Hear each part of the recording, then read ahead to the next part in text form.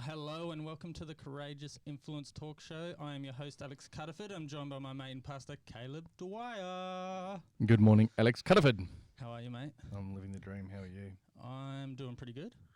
How are you holding up this week? You haven't been to any hotspots, have you? I am a hotspot. No, I gave you that one. I'm definitely staying away from any COVID hotspots, following all the rules, doing my bit for society. Nice. Yes. That's very good. Very fun. We'll get through this just like we've gotten through the last times. Yes. It's annoying, it's frustrating, but it is what it is for everybody. Hey, Caleb, Yes. actually, I have thought of a win for you. Come on. They're talking about your idea. They're talking about the purpose-built... They aren't. Yeah. Hey! No, everyone's actually getting into the government why it wasn't done earlier. So they've started building some, Have they? but nowhere near on the scale of what I think some other countries have done it on bigger scale. Yeah, okay. But they're... Where the heck are they putting them? Uh, So hang on, not for too anyone sure. who's I wondering think- what we're talking about, my idea was building purpose-built quarantine centres as opposed to using hotels, given that, especially when it comes to large-scale international travel, I can't see it happening for a long time. Yeah. And so those of us who might need to travel for work, you just whack on a week part of the travel. You might be able to do some office work in quarantine, just expecting that's part of what happens now if you have to go overseas. You know, it might still mean that there's a few less skiing trips to New Zealand, but, you know, actual work trips, you can do it without having this risk of being in these hotels all the time. But I'm just realising it's more so focused towards for getting people vaccinated. But I guess it's... Yeah. What? I don't know the full details of Okay. it, but I do know Well, that isn't you that the were pretty goal? close to the mark. We've got to get Yeah. 50% or something of adults vaccinated, Yeah.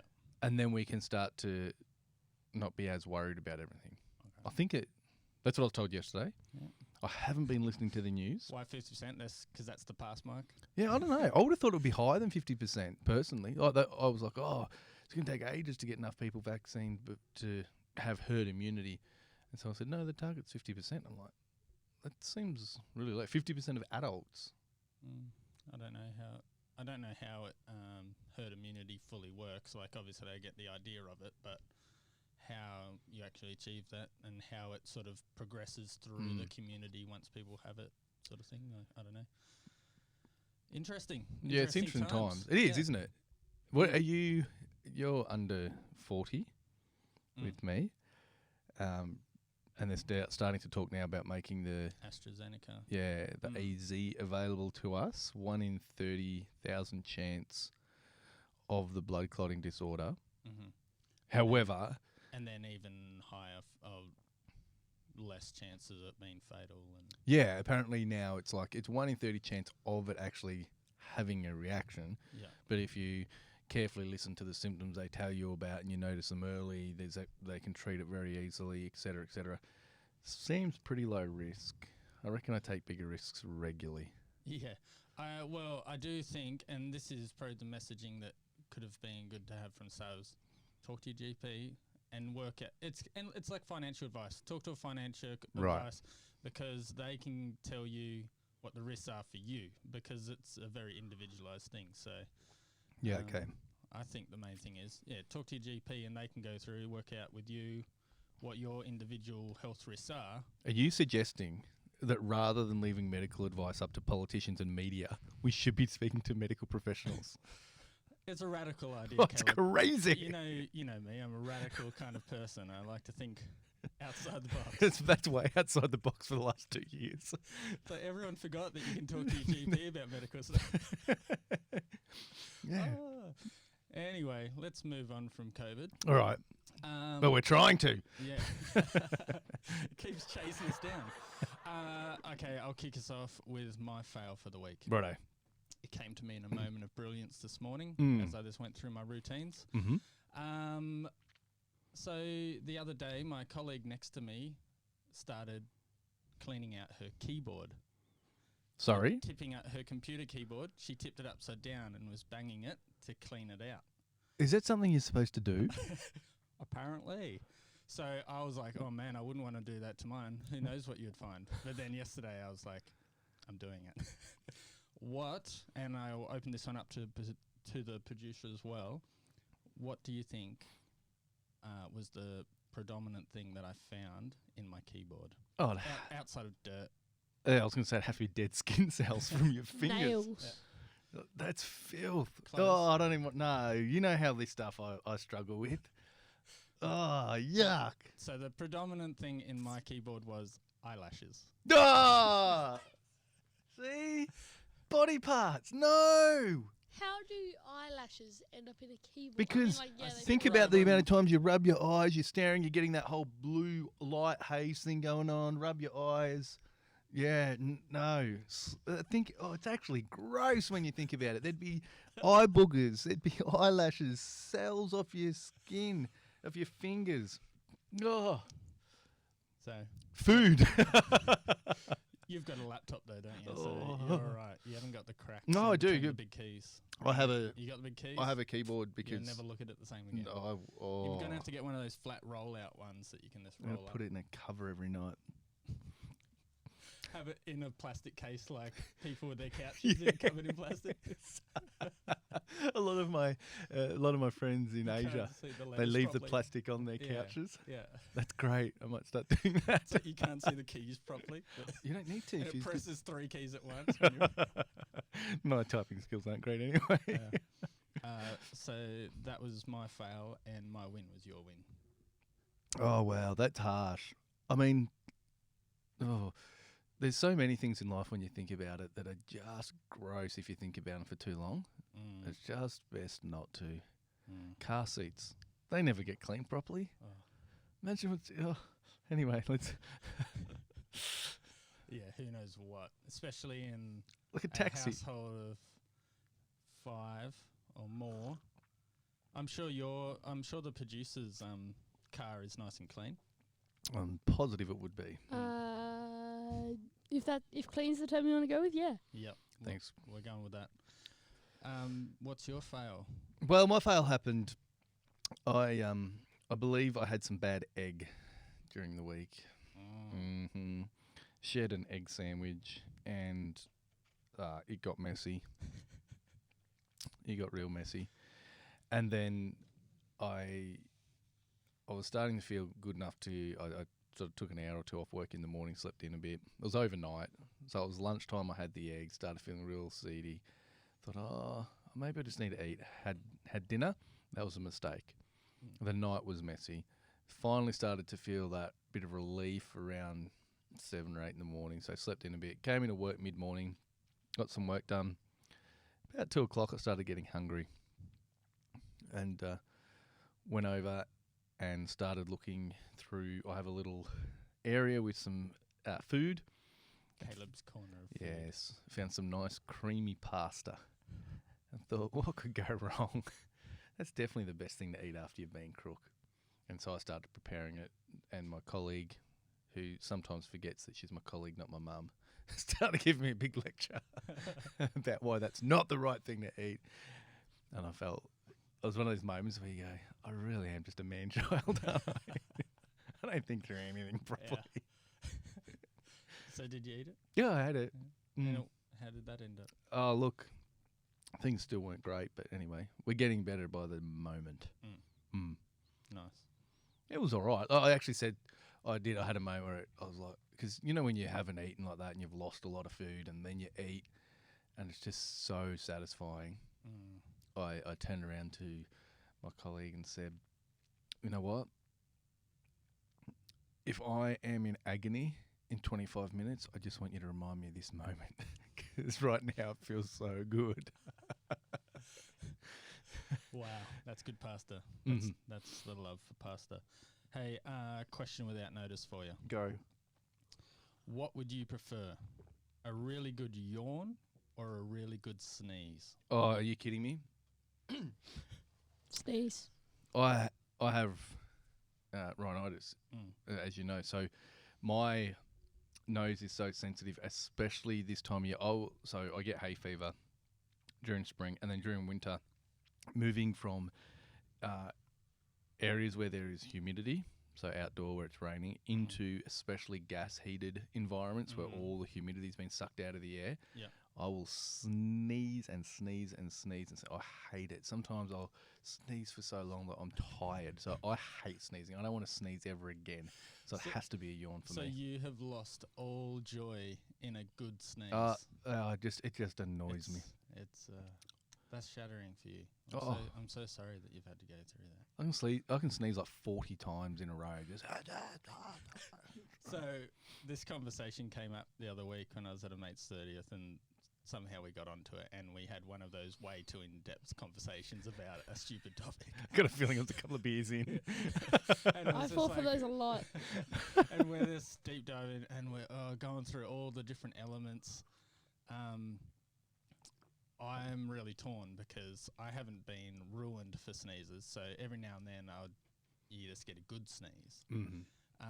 But then a good yawn that, takes the whole body into it. You got to love a good yawn as well. So it's a very divisive question.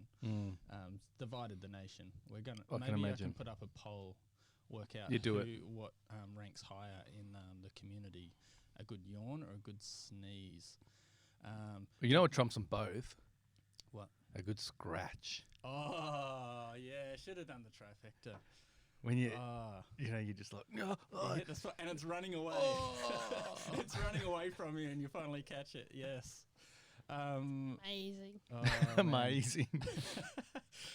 But my dad is an epic sneezer. Is he? He'll go into sneeze fits that last minute, and it's a sort of noise. But just doesn't stop. And us as kids, they're used to absolutely love it. Like, oh, Dad's lost it again. Oh. Here he goes. And he's So just- do you have a he's- lawnmower or a dad?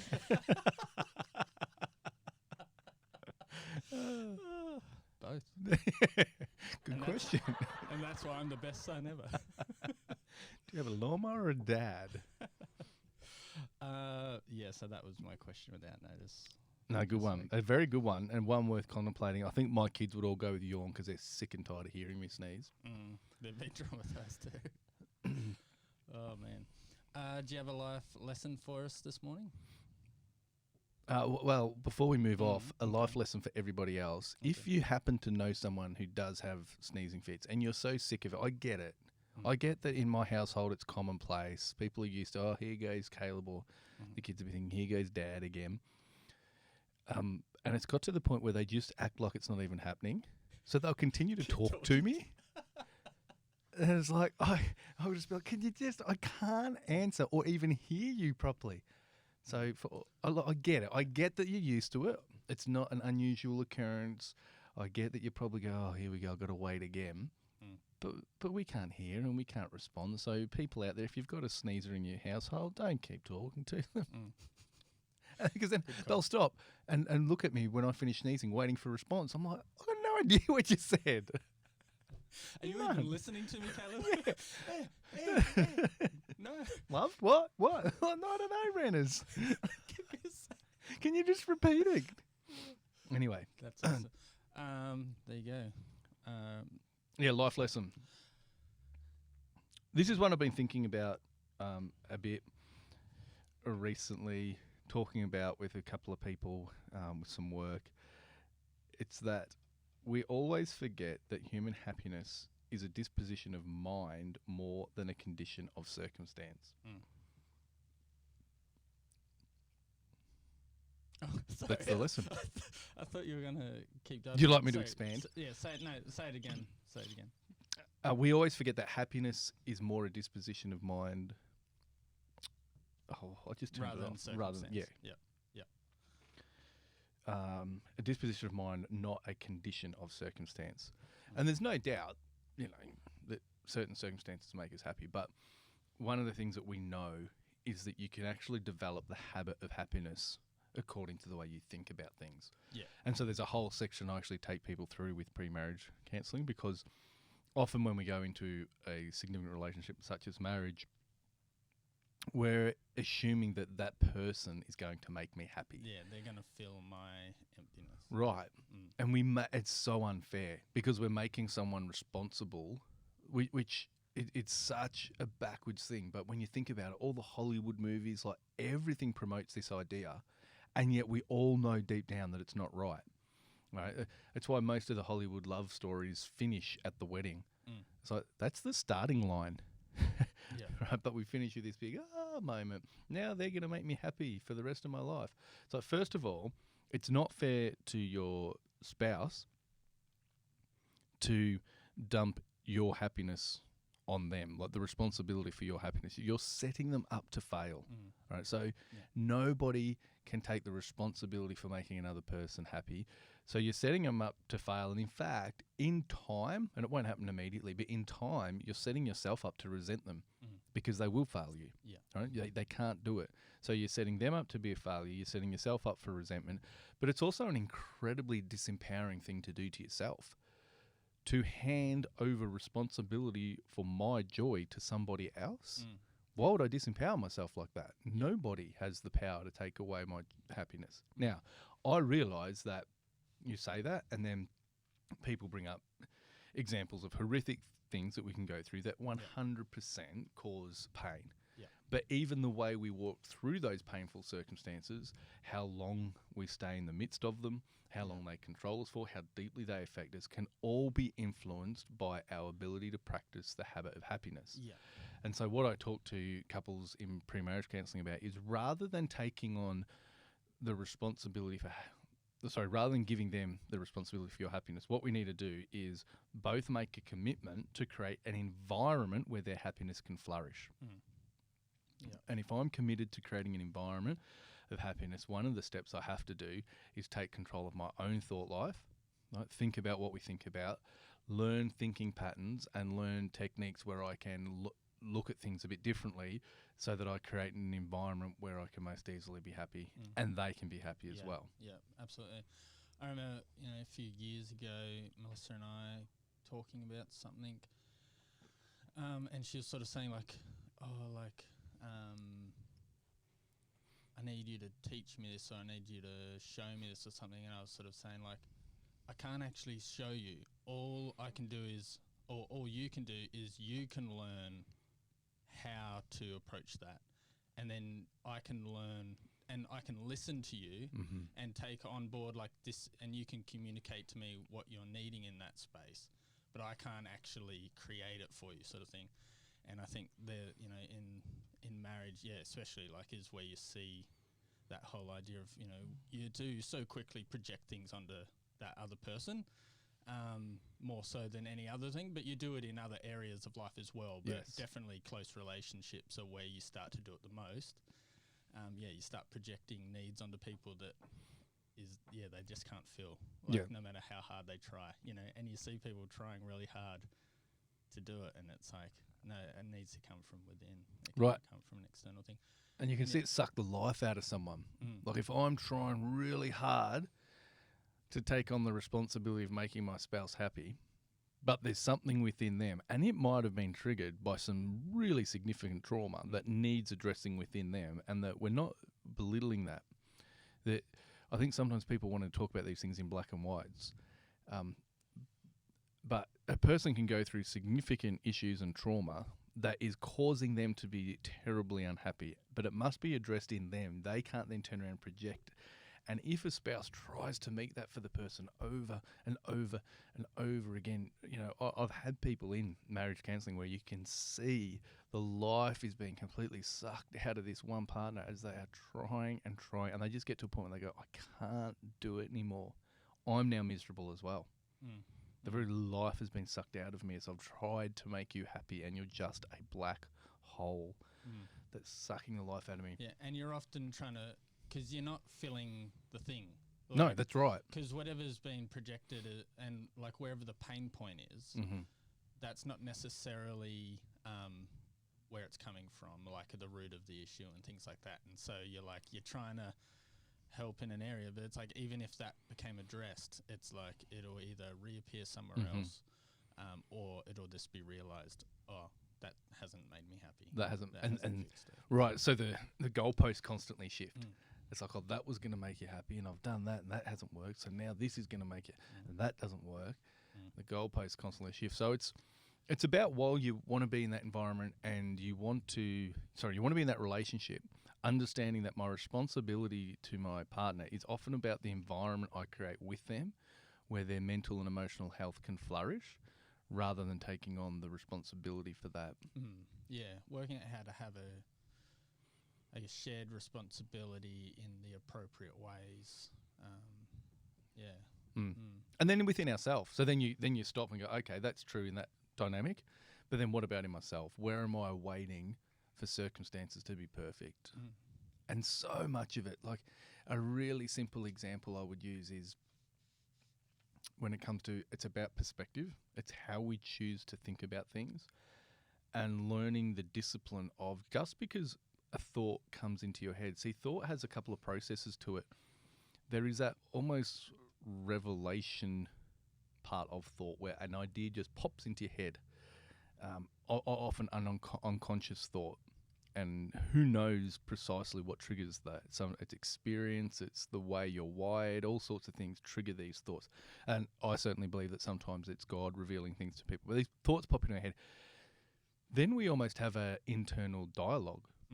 And we should. And in fact, the more mature you are, and the more you've learned to be emotionally healthy particularly, you will take those, like the Bible even says, to take every thought captive. That is the process of going, just because a thought's popped into my head, and I may even begin to have an emotional response to that thought, doesn't mean it's true, doesn't mean it's right, and I actually need to go through the process then of almost having a debate within myself. And it's I heard recently the term, I thought that's brilliant. I don't even just want it to be a dialogue between almost avatars of myself inside, but I want it to be a trialogue where I invite Holy Spirit to be part of that conversation and help me look at my thoughts. And so an example, a really simple, silly example of how this could work would be a couple of years back we'd been saving for quite a while and we got a new four-wheel drive. It was second hand, but new to us. And within a week of having that car, we drove as a family over to Dubbo. Yeah. And Renna's was a bit under the pump with work. So she sat in the passenger seat and worked the whole way with her laptop on her knee. Yeah. And when we arrived in Dubbo, we realised that the whole way her laptop had just been vibrating on her knee as you're driving along and had been scratching the glove box. Oh. And so here's this car. It's exactly what we wanted. In fact, it was a little bit better than what we thought we were going to be able to afford. Yeah. It looked great. It functioned perfectly as a four-wheel drive. It did everything we wanted to do. It was providing an opportunity for adventure for our family. And yet it just had this little scratch, maybe 4 centimetres high and 2 centimetres wide on the glove box. And every time I would get in the car for the next 2 months, all I could see was that scratch. I would get so irritated thinking, far out, a week. We had the car for a week and now look at it. And it's crazy, right? This little thing that Takes doesn't all of the focus. Yeah. doesn't affect the performance. Yeah. The whole reason we bought that car was for family adventures and for joy Getting together. banged up. Yeah. Made no difference to any of that. It could still 100% achieve the purpose for which we bought it, but all I could see was that scratch. And so I had to learn to go, I'm allowing this tiny little thing to get my attention. I need to think differently here. I need to be thankful for what we've got, thankful for what it can still achieve, and not focus on the tiny little bit that's gone wrong. Yeah. And that's a skill. And it's a practice of taking that thought captive and going, no, this thought of, why would I even let that make me angry? Yeah. And so we can do that on a whole host of things. Take our thoughts captive, consider them, have an inner dialogue. Yeah. And especially with, like, when a negative thought pops into your head or something that you don't want to be thinking about, and your natural reaction might be, because then, that whole dialogue begins and you start to think, oh, that thought is me. And then you have to, that's where the conversation is, start of going, no, that thought isn't me. It's come into my head and I'm choosing that it's not me. Right. I'm choosing not to follow it. And then because when you do think, oh, thought comes into your head that is negative or destructive, and you go, oh, that's me. And so then your natural disposition is wanted to hide from God, take it away from God. You start beating yourself up rather than thoughts come into my head. That's not me. I'm choosing to turn to God. I'm going to bring God into that conversation. Lord, this isn't me. I'm choosing to live a different way, or whatever it might be. You know, welcoming Holy Spirit into that conversation. Yeah, 100%. Rather than believing it's you and pushing God away. Right. Yeah. And it's even, I'll have people say to me, "Oh, but you don't understand. I'm just a negative person, or I'm just worried." It's like, no, you have just learned to accept those thoughts when they pop into your head and claim them as yours. Yeah. Thoughts aren't necessarily right or wrong. They just they're, and especially about big things, some of the existential things that we'll try and consider in life, we should wrestle with them, and you need to. And it's one of the reasons I find some of the things that are happening in the world at the moment, where this polarization between political ideas and the corporate organizations and things like social media companies becoming heavily involved in censoring conversation, I find it quite concerning, even though people will say things that I fundamentally disagree with. If you begin to allow corporations to control speech, ultimately, where it's heading, and I'm not a conspiracy theorist, and I don't want to be overly dramatic about this and pretend that this is where it is already, but one of the things I've begun to realise is that eventually you begin to allow corporations or governments to control thought, because to think about the big things, you need to be able to talk about them. Yeah. Right? Because no individual mind is great enough to grapple with the big things that society is facing. Yeah. And so how that grappling with big issues that are happening in our world or in the church or whatever is an external. So you and I sitting here having great conversations, and what we want to continue to do in this podcast and get better at is actually be able to discuss some of these big issues. Because Caleb's sitting there on his own trying to figure them out. Well, that's just one person's wisdom, one person's perspective. But if we can have a dialogue about these issues, now to be able to do that properly, especially about the issues that matter, we have to be allowed to say things and think things and put them out there that are actually rubbish. And we need to be able to float ideas that, hey, this is what I'm thinking about it. And then as we both look at it and discuss it, we go, yeah, no, we're going to dismiss that one. Yeah. But if we've created an environment where even putting it out there means, nah, we're never going to listen to you again, that was such a bad, we're going to deplatform you for even having that thought, we're starting to restrict society's ability to discuss and think at a macro level with the big picture. And it's funny because it sort of becomes, so if you're willing to start grappling with big ideas, you feel more uncomfortable within your thought life because you're grappling with big things. And so, or you can choose to not grapple with big things and you feel great in your thought life, and it leads you into the illusion that you're better off. Yes. Whereas it's actually a really unsettling thing, but you're actually in a much healthier place. And so this is where, so if you start grappling with big things, all of a sudden you start thinking, oh, this is ruining my life, or this is making me more unhealthy, when you're actually becoming healthier, because it's about coming through some of those things. Not that you necessarily land on definite answers, but you might learn some things about yourself or about the world, or just some better ways of approaching your life and approaching how you engage in society and culture and things like this. And so, yeah, it's a bit of a catch-22 of you get healthy enough to grapple with big things, but because you're in that space, it's making your thought life uncomfortable rather than comfortable. Yes, because you're no longer an ideologue. All right, if we get an echo chamber where we only speak to people that completely agree with us, or even worse, we don't even create an opportunity for our ideas to be challenged, but we just keep them internalized, we just become captive to an ideology, and we become an ideologue, and we become a mouthpiece just for that. And that can feel, getting right back to, it's a sense of tribalism. It's intellectual tribalism, where I feel comfortable, my presuppositions and my deep thoughts about how the world works aren't being challenged here, and that feels comfortable and safe. But the problem is, am I obsessed with comfort, safe, and being right, or am I obsessed with wisdom? All right, and I would suggest to you that the scriptures are much more interested in us being obsessed with wisdom. And you read something like the Proverbs, and even within the Proverbs, there is apparent, and I say that carefully, apparent contradictions even between some of the Proverbs, one line to the next, because it's showing the complexity of wisdom. Mm. That if we're going to actually be people that love wisdom and want to apply that rather than safety and comfort, then I have to be willing to grapple at times with ideas that make me uncomfortable and ideas that appear to contradict. And I think it's been one of the problems with Western thought for some time, because of scientific pursuit has been wonderful and has brought so much to our society. But we've become so linear in our thinking that something must be right and something must be wrong. Yeah. Where on certain questions, you need to be able to hold two things, and truth is found in the balance of wrestling with multiple thoughts. Yeah. Yeah, you're dealing in an imperfect situation, Mm. and there's no perfect answer. Yes.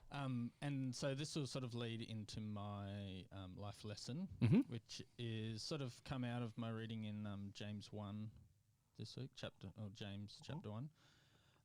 Maturity and knowledge must go hand in hand.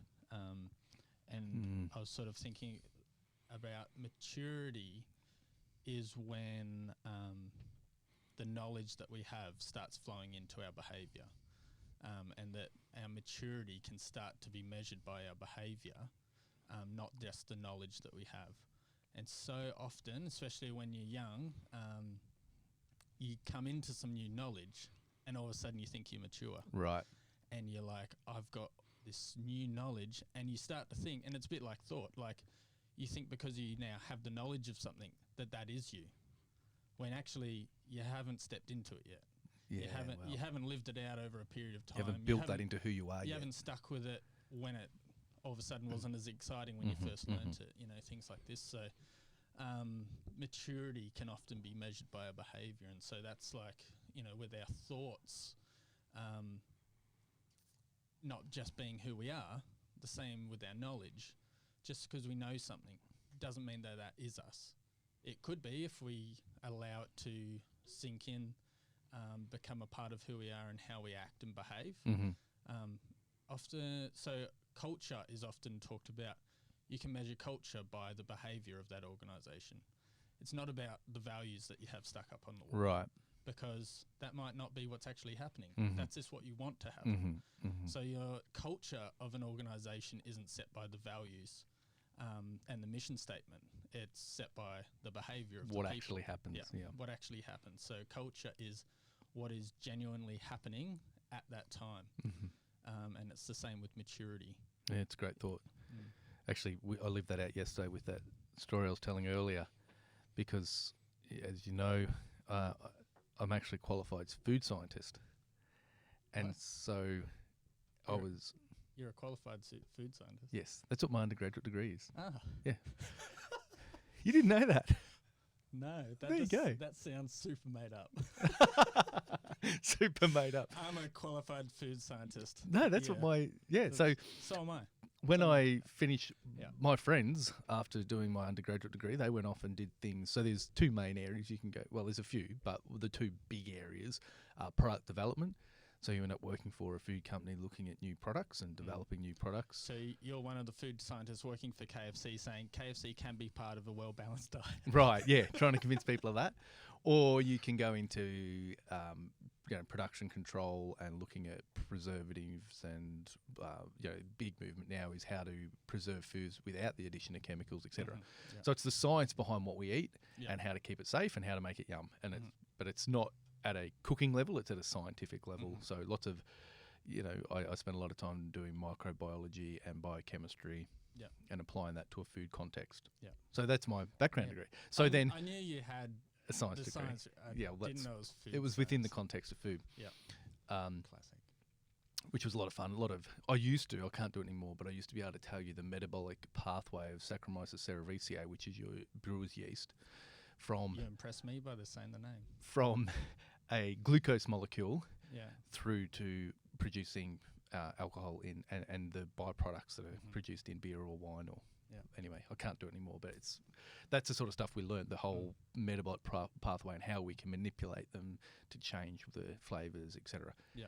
Anyway, all of that to say, that's why my colleague looked at me yesterday and went, "You've been sick, and the first thing you're going to eat is creamy pasta. You're a food scientist." And I said, I said, well, that's the difference between knowledge and wisdom right there. There you go. Yeah, I was going to stress I have not reached maturity.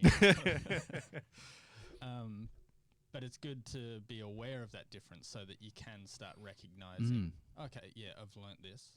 That's not the end goal. How do I work it into my How do life? I integrate it into who I am? And it gets harder and harder as you go in life because you start become set in routines and different things, and it's really unsettling to your life sometimes to recognize, oh, now that if I was to apply that knowledge, these are the behaviours I'd need to change to for that to actually mean something.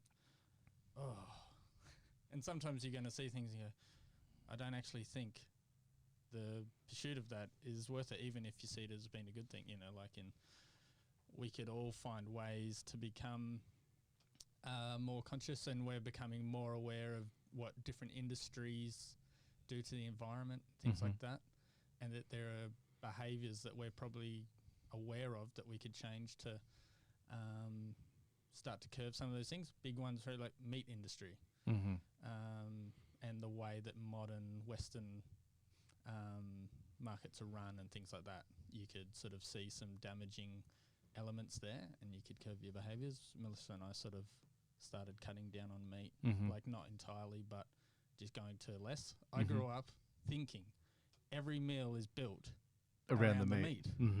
It was like, didn't even cross my mind that didn't have to be a thing. Luckily, Melissa worked out how to cook really yummy food without heaps of meat. Yeah, well. Wait, yeah. I thought every meal was cooked around the meat. Well, you can take that up with your parents. The cook in your household. We're not I will.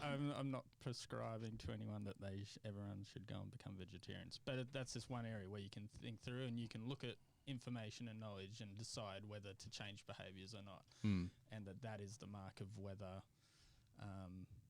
you've matured in that area, if you've identified that area as something that you think you should change.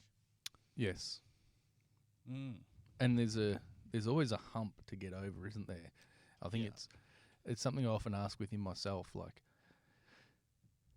comfort is obviously part of it. And you don't want to live, crazy driven all the time. So there has to be a degree of comfort in your life. But at the same time, what is it at times there you go, I know that long term that would make my life better. I still don't do it. It's interesting, isn't it? Yeah. Habits, comfort, all these things. It's immediate focus, like I could, right. Like why would I take pain now for joy later when I can just have joy now? Would be a big barrier, I think, to lots of change. Yeah, and there's so much in that. And it's got to be a balance. I've been thinking about that lately. I'm heading, very quickly towards 40, and I'm like, oh wow, it's getting close to halfway. Maybe. Hopefully. Well, hopefully. Well, I was thinking minimum. You might live longer. Yeah, I'd like to live a bit. I wasn't saying, mate, you're already past halfway. Yeah, I definitely hope I'm not, because I'm loving life. I can't remember what we were looking at. Something the other day with renters, and it was about a young couple falling in love, and I was like, I know this is real corny, it got me good points with renters, but it was like, oh, I'd love to go back to being 18 and fall in love with you all over again. Like, it was so much fun. Yeah. I loved that part of my life. Yeah. Anyway, so you do start to get to that midlife thing where you're going, and so one of the things I'm trying to do is just rationalise things a bit and reduce some activity that I've been doing and just go, actually, I want to just concentrate on the things I'm good at and that actually have a benefit and production in my life. I don't have time to be in so many different areas. It's been fun and I've enjoyed lots of different things, but it's time to just focus down a little bit. Yeah. And so I'm going through that process, and there's this thing in that of going sacrifice psychologically and just result driven for humanity is a huge concept. The idea of giving up something of value now to get something of greater value later. And that's a great thing to wrestle with and to incorporate into our life. But at the same time, I don't want to live in a way that goes, so I'm just going to set my whole life up for retirement. I'm going to set everything up for when I'm 70 to Yeah. 80 Yeah. and miss out on enjoying things now. Yeah. So there has to be a balance in that. So Definitely. even with financially would be a big one.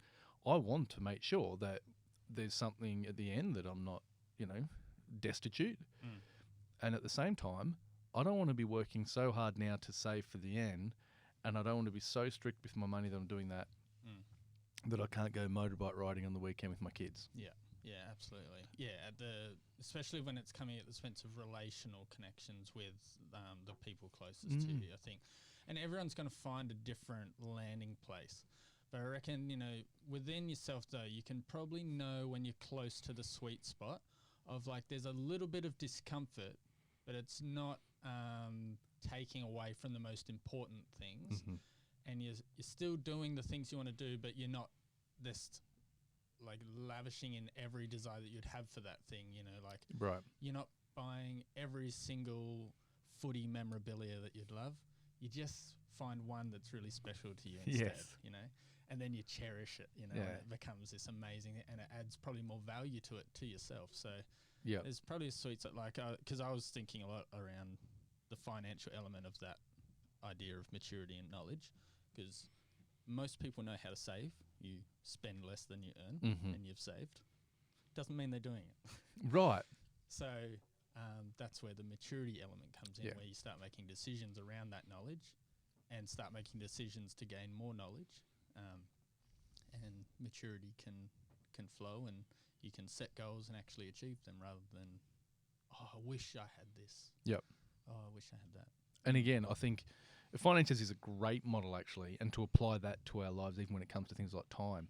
Yeah. Because what the Bible clearly teaches on finance, irrespective of where you might happen to fall, and obviously I have convictions on this, and I'm not trying to avoid them, and I never want to avoid a conversation on this talk show, but I just don't want people to miss the point getting caught up in the wrong thing. So irrespective of where you might fall on things such as tithing, what is very clear is that in the New and the Old Testament, there's concepts around dividing your finances up according to percentages in different areas. And the ancient Israelites did a lot more than just a tithe to the church. There was a percentage given to the poor, there's a percentage saved, there's a percentage given to spiritual oversight, there's a percentage given to the temple. And so that idea of looking at your whole and going, okay, this part is for the future, this part is for now, this part is to look after others that are less fortunate than me.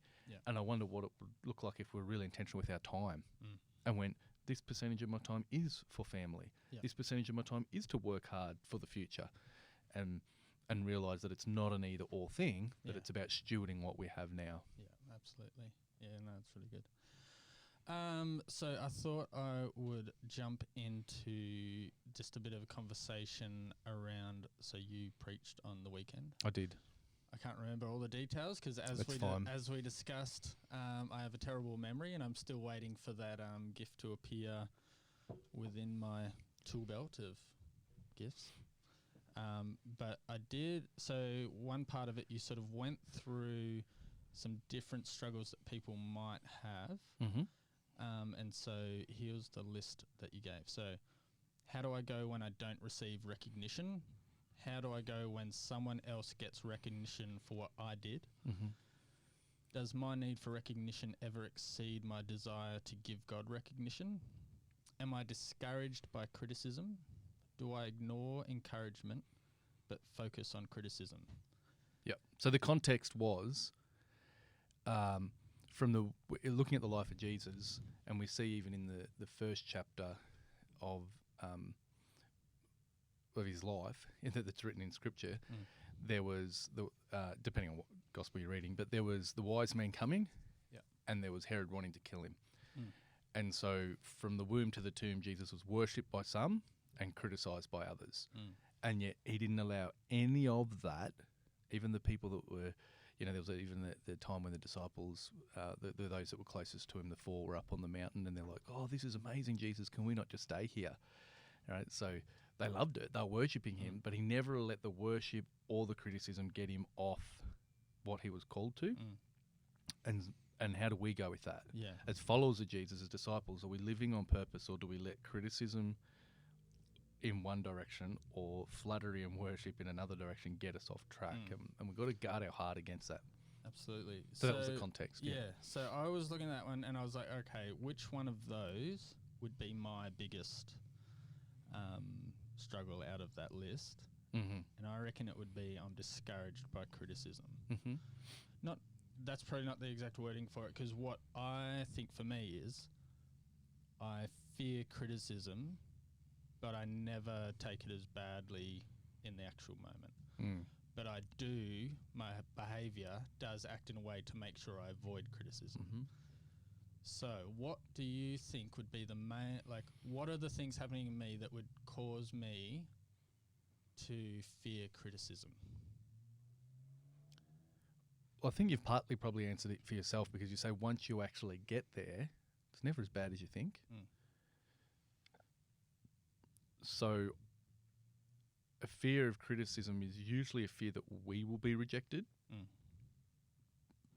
And so, but what we usually find in the end result is, especially if the criticism is coming from the right place, which is a trusted source, like there's criticism that I will just ignore because, although again, a more mature thought is probably, you know, even criticism that comes from the wrong place can have some gold in it. Yeah. But criticism that you can trust from people that love you and care about you, what we end up finding is that they don't ultimately reject us. Mm. And I think that's the fear, because we've talked a bit today about ideas and knowledge becoming part of us as we mature. And so if we're holding an idea or knowledge or behaviour as part of us and it needs to be criticised, we're worried that it's us at the core of who we are that's being rejected. Mm. But it's not. It's a growth thing. It's like, hey, this part of you needs a... Yeah. And so we don't end up getting rejected at all, but that's what we fear. Yeah, yeah. It's interesting, isn't it? I reckon, I think this for myself, and I wonder if it's a common thing, but you probably fear the criticism of the people whose criticism matters least, more so than, it's sort of like you won't take on board constructive criticism from someone close to you, but then someone this randomly would comment on something that you did or something, and it's like cuts you to the core. Yeah, it's weird, isn't it? It's funny, hey, because you probably feel so misrepresented or something, and because I reckon it must be driven by internal insecurities around where you sort of sit, either in like social pecking orders or in just your place within community and things like that. It's interesting. I was just trying to allow myself to think on that one of what would be the driving factors behind there, and even value. Like, if someone wants to critique something about me, and it's true, particularly if it's true, their criticism, and it's something that needs to be addressed, does that alter my value? So one of the areas I was thinking about, so for me, and when it comes to leadership positions, because in my current role in my job, I'm not in a leadership position internally within an organisation, so I know that there isn't the focus on me for certain things. So there's a lot of pressure taken off my shoulders, and I can just focus on doing my job. And I've sort of thought about it, at different times. Oh, should I try and take on a bit more responsibility? But I know that what I would be giving up is that sort of sense of anonymity. Mm-hmm. And that then there would be focused on me. And I know for me, within a moment, say if I was getting quizzed on saying of what's happening, I know that. So often in some contexts I have the ability to think really well on my feet. Other contexts, this completely shut down. Yes. And I can't think at all, and you're flood and whatever. Especially some people in my life would say it's when, expressing emotions verbally. Yes. Yeah, so you're a multifaceted, aren't you?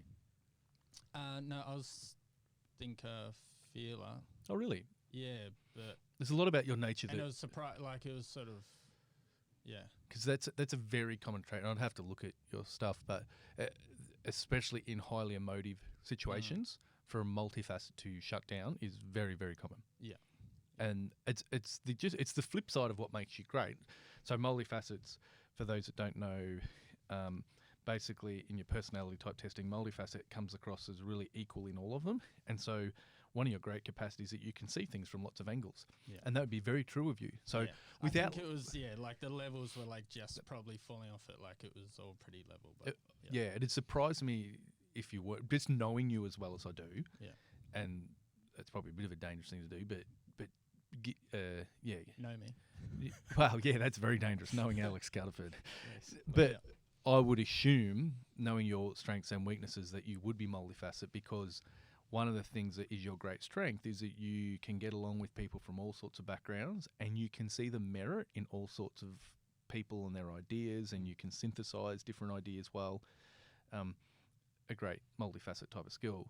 But then in those emotive moments particularly, you can be overwhelmed because you can see, and procrastination then becomes an issue because you're like, because there's the potential for pain on taking a stance, but then you can see that there's no perfect stance. Right. Yeah. And that just grinds, the gears just. And so then it's just like, I can't find a single thought in my head now. Yes. Yeah. But then I do really well in interviews. Yeah, okay. Like I feel really confident in interviews, and in the last few interviews I've done, I've walked away just knowing like that was good. Yeah, nice. And I've had really good feedback from some interviewers that I've done interviews with. And I guess this is an interview of some sorts. But then, in other contexts, I was just like, whew. And so I'm aware. So that's just something that I've thought through. Like, if I was going to ever look into greater levels of leadership, that would be the thing that I'd need to make sure that I'm ready for and able to work through. So that, and how that results for me, and in my current job and the way I do it now, I'm really organised. Yeah. Okay. So I've trained myself to become organised, so that I'm prepared for. I can show super clearly what I'm doing, what I've done, who's about to be a result in the different outcomes that we have, and things like that. To the point where it's like my manager is saying, "Oh, can you actually do some help some of the different people talk us through your process for how you prepare for things and stuff." Yeah, great. And that's all come out of a weakness of, and not all come out of weakness, but it's come out of me trying to avoid situations that I don't want. Yeah, sure. Yeah. And that's healthy. But I guess one of the things that I've learned without a shadow of a doubt is that the price of leadership is criticism. Like, there's just no two ways about it. Yeah. In my early days of starting to step in leadership, you thought that the thing about leadership was that it gave you more authority, and in some ways it didn't matter what people thought because you were the boss. Well, it's actually the opposite. Yeah. All right. The price of leadership is criticism. And so what we have to then do is create a paradigm where we don't try and avoid criticism, or we're going to avoid leading. Right. Yeah. So, but what we have to do is, how do I take criticism well? How do I think about criticism well? How do I manage my thought life? Like, these are the things that we have to work on, rather than you will exhaust yourself as a leader if you're trying to outrun criticism, because it is simply a fact of life. And so you have to go, all right, it's unavoidable. Yeah. Therefore, let's not even, it's a little bit like pain, because criticism is a form of pain, or it certainly produces pain, as well as other things. Yeah. But in our Western psyche, especially over the last 60 years or so, if we're really honest, we kind of got to the point where pain is bad. That's what we deep down believe, if we're honest. Yeah. Just look at the prevalence of painkillers. Yeah. Oh, I've got the slightest headache, pop a Panadol. But pain isn't all bad. Pain's a teacher. Yeah. Right? A world without pain would be horrific. Even emotional pain. All right. If I'm in a relationship and someone's treating me in a manner that creates emotional pain within me, that pain tells me this is toxic. Get out or change the relationship. Yeah.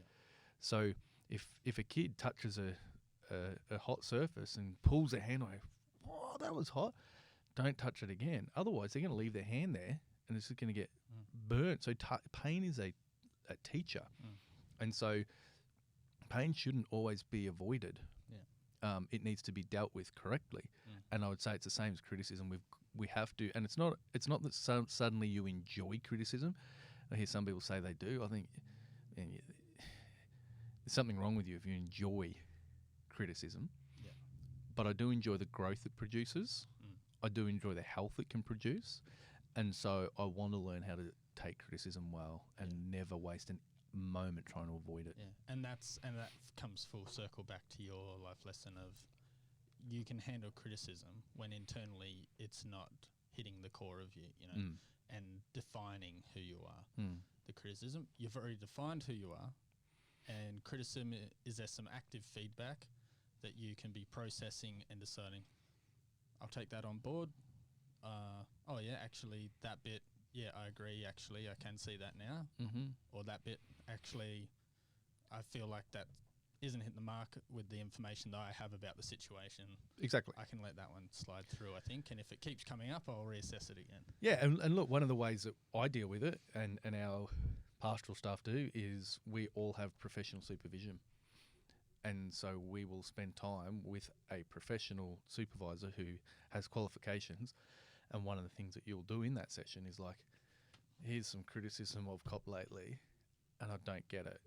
And to be able to talk through with them, and sometimes they'll be like, I think you actually need to let that one go. I don't think that's not fair. Or, yeah, come on, there's something in that. Let's unpack it together. So having, again, the dialogue is so helpful, because you don't just keep carrying it around. Then you're able to integrate the lessons into who you are, and you're able to leave the bits that you need to leave and just move on.